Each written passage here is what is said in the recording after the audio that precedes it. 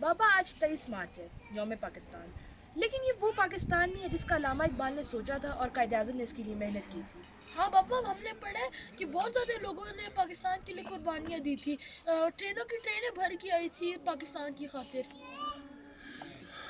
بالکل صحیح کہہ رہے ہو بچوں، یہ وہ پاکستان نہیں ہے جس کے لیے لوگوں نے قربانی دی، یہ پاکستان مکمکا کا پاکستان بن گیا۔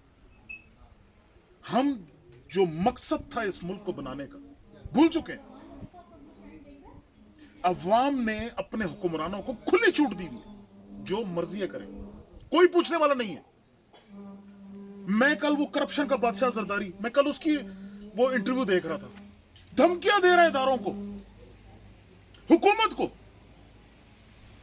وہ کہہ رہا ہے کہ مجھے مت پکڑنا ورنہ میں تمہیں بھی ساتھ لے ڈبوں گا۔ لیکن اس طرح کی دھمکی بچوں، اگر حکمران ٹھیک ہو، اگر انہوں نے کرپشن نہ کی ہو تو کوئی دھمکی دے نہیں سکتا۔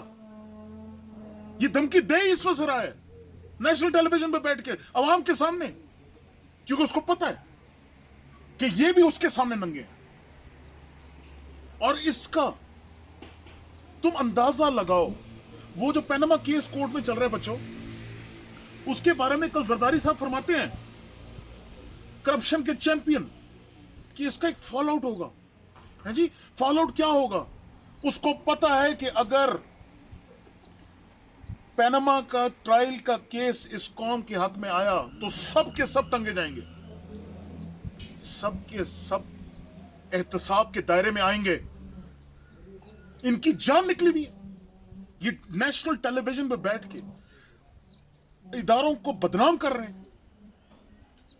ان لوگوں نے اس ملک کو کرپشن کی نظر کر کے تباہ کر دیا۔